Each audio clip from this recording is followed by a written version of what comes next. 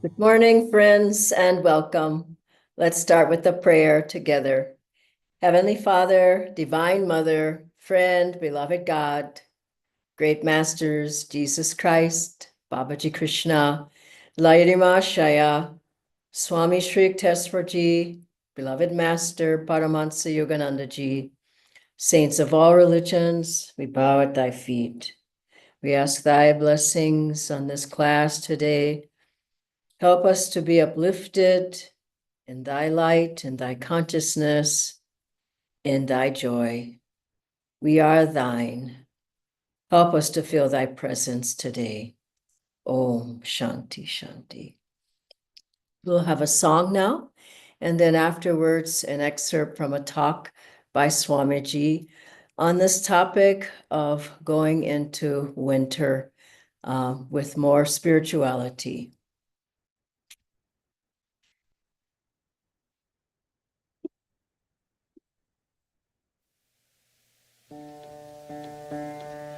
Listen,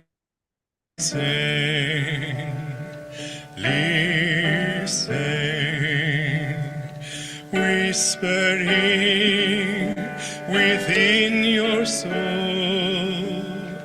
hints of laughter, hints of joy, sweet songs of sadness, of quenchless yearning for the light, for my love, your true home.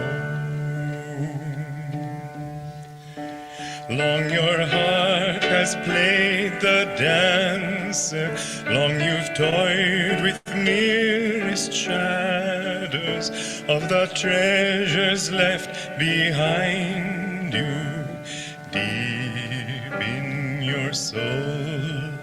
Long you plumbed the dark for answers, long you've begged from beggars' empty hands, gifts of life they too were seeking, gifts none could share. Friend, how long will you wander? Friend, as long as you seek your home in a land where all are strangers, love locks her door. Leave to the weak his craven life, to the coward leave his dreaming. Oh, my saint, wake up, reclaim the light, seek the truth behind all seeming. Leave to the weak his craven life, to the coward leave his dreaming. Oh, my saint, wake up, reclaim the light, seek the truth behind all seeming. Turn, turn, turn within, in silence of soul, in cave of love, find my abode. Listen,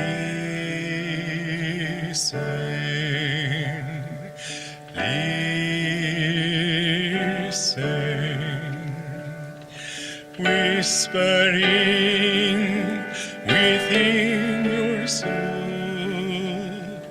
hints of laughter, hints of joy, sweet songs of sadness, of quenchless yearning for the light, for my love, your true home.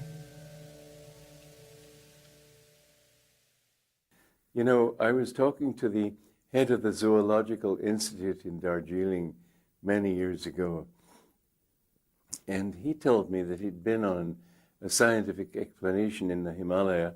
It was above the snow line, and there they saw a yogi seated in lotus posture, meditating, and they came close and looked at him. His nails had grown into and through part of a twig of a tree. They estimated from the length of those nails that he must have been sitting without any movement for 6 months. That was just a rough estimate. But if he had moved at all, the nails are very brittle, he'd have just snapped them off. Now people may think, well, what's the use of sitting there like a zombie? What do you do in 6 months? The fact is you leave your body and you roam through the infinite. It's far more wonderful in that state than it is to come down to this state once you are able to go there. It's well worth the trouble. There is no one who has been able to reach that point and has said it's a waste of time. It is the fulfillment that everybody is looking for, but because we live through the senses, we think that this excitement and this desire needs to be fulfilled, and that desire needs to be fulfilled or pushed out of our lives or whatever it might be. But we relate so much to the world outside that it's very difficult. A car, when it's moving, you have to stop it and put it in reverse gear. And our car has been moving forward. We need to stop it and then put it in reverse gear. Now that stopping may seem like a dull state. There's nothing going on when you're stopping. But it's only then that you can go in reverse gear. The energy has been going outward. You've got to relax it. You've got to calm it. And then you can begin to go in reverse gear. Withdraw the energy from the senses. Withdraw it from the body. But once you are out of that need to move outward, there's plenty of movement going on in the infinite. But you become part of that infinite movement and you don't need a physical body. So don't think that that yogi who sat there for 6 months was a zombie. He was simply enjoying a blissful state. And it's not so easy to come out of that state when you're in it because it is so pleasurable. You know, the thought of God is only difficult because you're thinking of other things, because habit brings you in another direction. But if you can understand that, well, if you can just practice it, I'm not dogmatizing you. I say give it a try. Go to some quiet place for a while. I've told you first, yes, I'm bargaining with you, meditate even 5 minutes. 15 minutes is better, half an hour is better. 1 hour and a half is a good basic meditation program for every true, sincere meditator to do every day. But you know, at least once a year, if you could go away for a week and not think of anything, not have any other duty, but really apply your mind strongly to the practice of japa, of talking to God in your mind, and take walks when you need to walk, and certainly you need to keep your body fit. And while you're walking, then try to feel His energy walking through you. Now, that's... Hello again, friends. This is such a wonderful topic. We're going into winter time. I wanted to speak on several tips for winter, a time for going inside. And our lives are so busy. My life is certainly busy, going during this time with Jyotishan Devi Ji to Pune, where I am now, Mumbai, Bangalore. 2 days ago, I was in Hyderabad. I'll go back there next week. It's a busy life that we have with our responsibilities, jobs, children, whatever. But at a certain time, we have to draw in, which is what Swamiji is saying. We have to withdraw and recharge ourselves, renew, re-energize, remagnetize ourselves, recharge our spiritual batteries, we could say, because otherwise we get more and more depleted if we just keep going. So winter time is a wonderful time for that. It's more quiet, typically. It's more inward, typically. It's darker, longer, so you can meditate more in the mornings and the evenings. It's a time of going inside. And I think if we just keep going, how we usually are, just keep going through winter, just like summer and spring and all the other times of year, we tend to get depleted. And sometimes people take this time in a special way. I certainly do. And I take a seclusion every year, as Swamiji is saying, to go somewhere, be alone, be quiet, meditate more. I'll go into all these things in a moment. But what do a lot of people do during this time of year?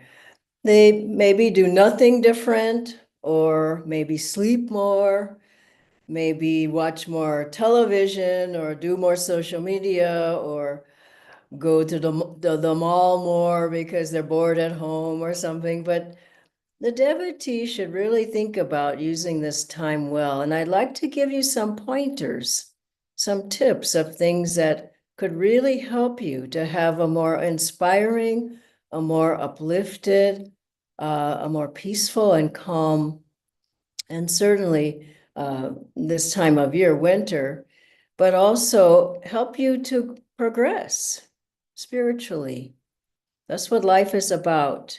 Everything else is there, it has to happen, but we have to keep God in the center of our lives. And so here's some tips that I'd like to give for going into winter. First of all, try to have a time, in fact, every day, try to meditate a little bit more than you normally would. It could be 5 minutes more. As I love what Swamiji said, I'm bargaining with you. Earlier in that talk, you said meditate 5 minutes a day. I'm bargaining with you. But try to extend your meditation just a little bit. You'll find that because it's so inward this time of year, meditation's easier. Try 5 minutes more, 10 minutes, 15 minutes more. Add to your daily meditation that much time. You could add it in the morning or the evening or both, however you feel, but try to do a little bit more. When it's more outward and it's hot in summertime, you just can't meditate as well. And this time of year you can. So use that time, do the preparatory practices to be able to go deeper, Navi Kriya, maybe more Mahamudra, surely energization, do more yoga postures, but your body's wanting the time at this time of year to relax more, to be more quiet, to be more inward. Use the preparatory practices and then do longer Hong Sa, just a little more. Om technique is wonderful at this time of year. It's so quiet anyway. And just listening, you probably can hear more, maybe see more light at the spiritual eye. But go into those practices more, and for sure, try to do more kriyas every day. If you're new kriyaban, ask your teacher, your charya, but try if you've been meditating for a while and doing kriya, and there's some people who've been doing kriya for years and still haven't done 108 kriyas, try at this time, gradually build up to more, maybe 12 more, maybe 24 more.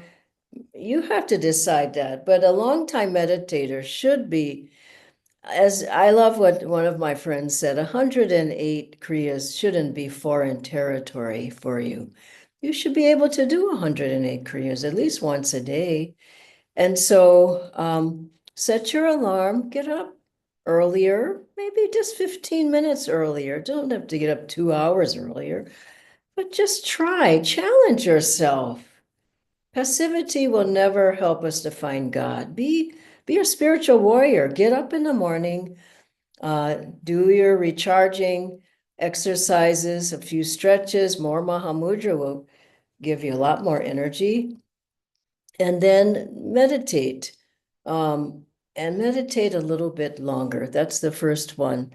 Secondly, as you meditate, why not use this time to get more acquainted with the gurus and to draw? As you meditate, draw them into you. Swamiji would have us sometimes take one master at a time and meditate with that master the whole week in the meditations that we would have. Lahiri Mahashaya, Babaji, Swami Sri Teswarji, and just take the quality of that master. But feel that you're meditating with them and that they're sitting right beside you, and draw, not sitting hoping something happens. Draw from master. his bliss, draw his light, draw Om out of the Guru, draw upliftment, draw inspiration, and just feel that, yes, they're always there. They're wanting to bless us. Meditate with Babaji and draw from the master and each one of the gurus. It's a wonderful way. I think it is the way to practice. And Swamiji said that he felt master doing Kriya through his spine, through him. That was master's power that was burning away the karma. So as you do your meditation, just try it. Try to be more focused on the guru or on the gurus during this time and really get to know them more, feel them more. And then after you meditate, pray to them and offer whatever difficulties, problems, worries, fears, doubts, just offer that to the guru and feel them blessing you deeply. And then go into your day, whatever it might be, with that blessing and with the presence. Just say, be with me all day long. Your thoughts, your inspiration, your ideas, whatever you want me to do. So meditate. Second one is meditate with the guru, and then draw the guru into you, and then offer any darkness, heaviness, negativity, doubts, worry, whatever, just offer it, let it go. And then go into your day in the light of Master, in the light of Babaji, the light of Lady Mahashai. Maybe you make your altar more special. Change the altar cloth or put flowers every day or something to inspire you.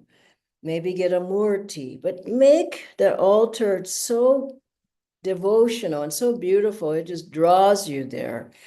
Special candles and all, and meditate with the gurus. The third one is chanting, half the battle. Now, we have so many chants. Also, as Swamiji said, you can just do japa, just chanting, Om Guru, I am thine, be thou mine, or I awaken thy light, or a phrase from a chant, or listen to the chants before you meditate. Just have some of the chants on your device, your phone, whatever, and listen to the chanting. The chanting will open your heart, reduce the tensions and stresses of the mind. People are so tense, so tight. This is why I play musical instruments. This is why we recommend you get a harmonium if you're at all musical, a little keyboard. I learned 2 or 3, 4, 5 chants during the winter. I mean, that's just they're so easy to learn. And we have chanting classes that you can go to, how to play the harmonium. And if you can't play an instrument, you feel there's no hope for you to play. A tanpura is very easy to play if you can learn to tune it. It's just 4 strings typically, and you chant along with that. Or a harmonium is quite easy, or a keyboard. But if you can't do that, listen to the chants, chant along, and sing the chants. You'll find that meditation is so much easier. Half the battle, Master said. And I remember once we were chanting for Kamala Silva, one of Master's disciples, and she was living at Ananda for a while, and we chanted, I believe it was Door of My Heart. And I can say that every time, I can't really remember too many chants in the later years of Swamiji's life that he chanted other than Door of My Heart. He played that every time. And I know people like to play all kinds of other chants that aren't our chants of this path. These chants are deep. They're spiritualized. They're with the vibration of Om. Anyway, we were chanting with her. I believe it was Door of My Heart. And she said, oh, that chant would draw Master's presence. And what do we want in meditation but the Guru's presence? So use the chants to draw the presence of God, to relax your mind, to get rid of the tensions, and to open your heart. meditation would be so much easier. And then once a week, why not just get in your meditation room and chant for an hour, chant for 2 hours? Sometimes I chant for many hours. You'll find your voice changes, your vibration changes, your whole energy changes. You feel more uplifted, and those chants, they're in your mind all the time. And another part with the music is listen during this winter time. There's 400 pieces of music. At least listen to some of it, of Swamiji's. They're attuned to the vibration of Om. What is that? That's God, Divine Mother. I play these songs on the Esraj. I practice most every day. And wow, Swamiji said, to get to know who I am, listen to my music. And I'm really understanding who he was more from listening to, not just listening to, but playing the music, getting immersed in the music. I know at least 100 of the songs now. And of course, I need to keep practicing them, but they're just so purifying, so powerful to get rid of delusion out of your mind and banish karma and heaviness and negative emotions. And I just feel joyful. Remember, I was saying to Jyotishan Deviji when they came this time, I said, I just feel so much happier from playing the music a year and a half. And so play it in the car, play it in your house, play it in your headset or whatever, but play it for God's sake. Why did Swamiji write it? Not for him, for us. And then if you can get in the choir, I was hearing the choirs, and there was a choir in Gurgaon, choir at different places at Jyotishan Deviji had their programs in Pune and all. Wonderful. Congratulations for finally getting the songs. And in tune and beautiful. Now, why do we sing in the choir? For ourselves. Of course, we want to share, but you're transformed. I saw the faces of the choir members just filled with light. If you can, get in the choir and practice. Sing the songs, and you'll find that they're life transforming. Another is reading the books. Now, I brought some books along. I would suggest a little in the morning, maybe just a paragraph, a page. After you meditate, have a few books next to your meditation seat. And in the night, before you go to sleep, instead of looking on social media before you go to sleep, why don't you look at the gurus? Read something from them. Why don't you think of 1 or 2 or 3 books you want to reread? This is fabulous, of course. You can open any page, Autobiography of a Yogi. Read the wonderful stories there to inspire you. Conversations with Yogananda, another wonderful one. I just brought out a few to show you. A New Path. This one is wonderful. Stories of Yogananda's youth. I hope you're seeing these okay. The Essence of Self-Realization, just any page. This is a great book, a biography. And then this After Meditation is wonderful. Whispers from Eternity. And then there's so much guidance in each book. You can just ask, Master, talk to me. Swamiji, talk to me. What do I need to hear today? Open any page and you can't not find inspiration. It's there on every page. Finally, 2 more. Listen to the talks. Now, what do I recommend? I recommend, I've been listening to every day, several of these talks. Tell me about truth. They're on YouTube, and it's Dharmadas and Nirmalaji asking Swamiji questions. They're about 13, 15 minutes long, each one. Wonderful, wonderful talks. I mean, I've heard so many great things just in the past week that I started listening to these. There are many of them on YouTube. Another source is Treasures Along the Path. I hope that's the link is in the chat. If not, it will be. But Treasures Along the Path, there's hundreds of talks by Swamiji, audio talks. You can listen to those. I listen to them over and over. Just think every day, 5 minutes even. in your car, 5 minutes while you're having your breakfast, 10 minutes, 15 minutes, a half an hour. Every day, try to listen to a little bit of a talk by Swamiji. And of course, there's a fabulous talks by Master. And also, I'm sure you would have those. And also look for them. And on YouTube, there are a few videos of Master as well. Fabulous. But start your day or end your day or both with some inspiration from Master and Swamiji. And finally, take time, as Swamiji said. I know a lot of people, he was talking about seclusion. Seclusion, Master said, it's the price of greatness. And I don't mean just being alone watching television. I mean that you're cut off the senses. You've shut the television and the social media off. And that's a time when you're alone with God and gurus. It's a time you can do more sadhana. You do more sadhana. You can go 8 hours a day, 12 hours, Swamiji said. And he was doing several times when he would do his seclusions. 4 hours is not, 6 hours is easy because that's all you're doing is sadhana. And so longer yoga postures, energization twice a day, longer on all the techniques, sitting longer in meditation afterwards, study of the books, listening to the talks, having time, long walks, quiet time. There's nobody else there but you. You can do it at home. You can do it somewhere where you go away, which typically is maybe better than home.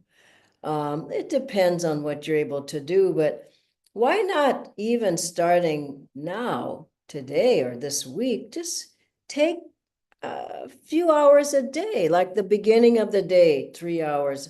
I did this for years when I was new on the path. I took from the time I got up on Saturday to 12 o'clock, which was many hours, then that's my time with God. I shut the door and I didn't do anything with anybody else, but I did all the things I just said to you. And that I really took off when I had that time alone, just God alone. You need to have that kind of time. If you can do a few days, a day, you can call it a spiritual vacation. I know everybody takes a vacation, goes somewhere, but what about a spiritual vacation? Just have time alone. If you really want to do it, you find the time, I'm sure you'll find the place. But remember, all these different pointers and tips for winter, what is the purpose? To take you inside, to recharge yourself, to uplift yourself. Mountains of karma can be burned up in the wintertime when you're putting more effort out, you're calling on the gurus, you're doing more sadhana, you're reading the books, you're listening to the talks. You can see the videos of Swamiji, Master. Have that time and you'll find, I remember at the very beginning on the path, Master said to do many of these things, if not all. One was a long meditation. He said, have it every week. And I urge you to have 3 hours a week. Go to the Kriyaban meditations. I see a lot of people, the center's socially involved, but are you meditating? I did that every week, still, of course, but every week when I first started, I couldn't meditate well. I wondered what those boards were, T-boards that people had. I didn't even have Kriya, but I did it. And I tell you, my spiritual life took off. So if you really, really want to make spiritual progress, you have to make the time. And this is a good time to really put in the effort. It doesn't mean you're doing nothing else, but it means you're really centralizing your life this time with God, with Guruji, with Babaji, with Lahiri Mahashayji, God and gurus. This time you're utilizing this time in winter to get acquainted, to make a friendship with God. And really, when you do that, it becomes so beautiful, a divine romance. God bless you all. And I wish you a beautiful winter. I ask Natindra to join me now on the screen. Thank you so much, Dhanji. We have just two questions. The first one is, are there any specific foods that I should avoid or perhaps have more of to ensure that I feel more energetic and willing rather than sleepy in this winter season? I would say try not to eat heavy late. And I know sometimes you can't because of work, but a heavy meal at late, you just can't. It's almost impossible to get up in the mornings. So try to eat light if you're eating late. Eat as early as you can, meaning your dinner, so that you can get up. I mean, if you're eating late, your body's working all night long, working on the food, digesting the food. Otherwise, be a little careful with sugar. I don't have time to go into that much today, but sweets can keep you restless and nervous. And I mean, I like sweets too, but I notice that if I have too many, I'm more restless. You just have to, I gauge it by, I want to meditate. So if this is making me more restless or sleepy or whatever it is, I'm going to pull back on that because I want to meditate. So it's up to the person. But a lot of sugary drinks, sweets, it's going to affect your consciousness. Heavy fried foods, you're just going to feel heavy. So more, change it up a little bit. Everybody's diet's a little different. You'll have to figure that out. But just be aware. That's what I'll say. Be conscious rather than, oh, I just eat anything and I try to meditate. Don't sleep through the winter in your meditations. And if you eat wrongly, you probably will be sleeping quite a lot. So you want to meditate, not sleep. You want to do, as we say, Hong Sa, not Hong snore. You want to be awake and ready. Thank you, Dhanaji. One last question.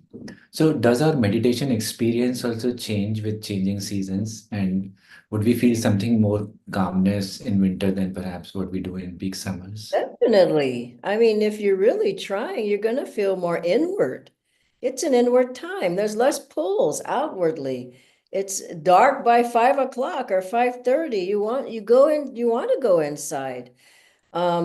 It's dark early, it's dark late in the morning, late into the morning, so you can meditate better. You probably experience more depth, more peace and calmness. Maybe you hear Om more deeply, see light more. When you can shut down the senses and go inside more, just imagine that.